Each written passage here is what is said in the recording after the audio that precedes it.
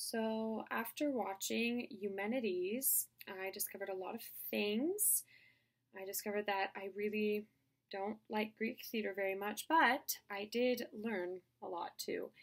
And I recognize some of the themes and ideas that appear in other Greek works as well, one of them being the theme of revenge, and that's that it is the only real reason that the Furies exist, that um, the only reason that they have been put on Earth, probably by Zeus, is to haunt people for injustice.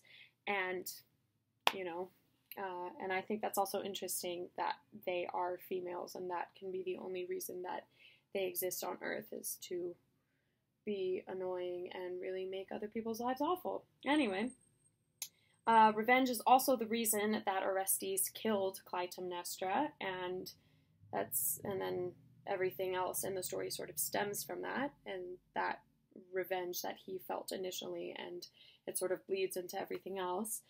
I also noticed the concept of paterfamilias, and when Apollo convinces Athena that the male role is more important than the female role in a marriage, he also brings up that Athena was brought into this world with Zeus only and not the help of a mother. So that just sort of highlights the importance of paterfamilias in Greek culture especially.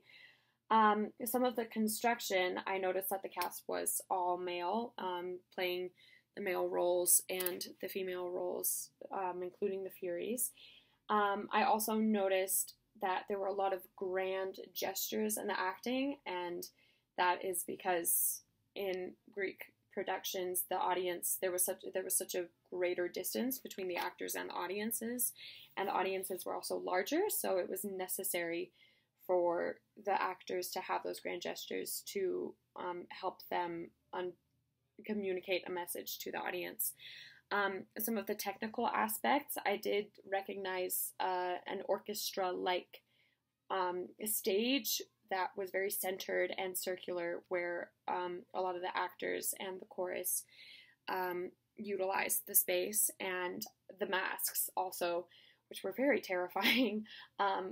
They especially in tragedies, they sort of had a somber, eerie look on their face that was permanent, but that was also because of the distance aspect, and that audiences couldn't really see facial expressions very well at all, especially if you were in the nosebleeds at the back of the house. So masks just really helped with that. And yeah, it was a pretty interesting experience overall.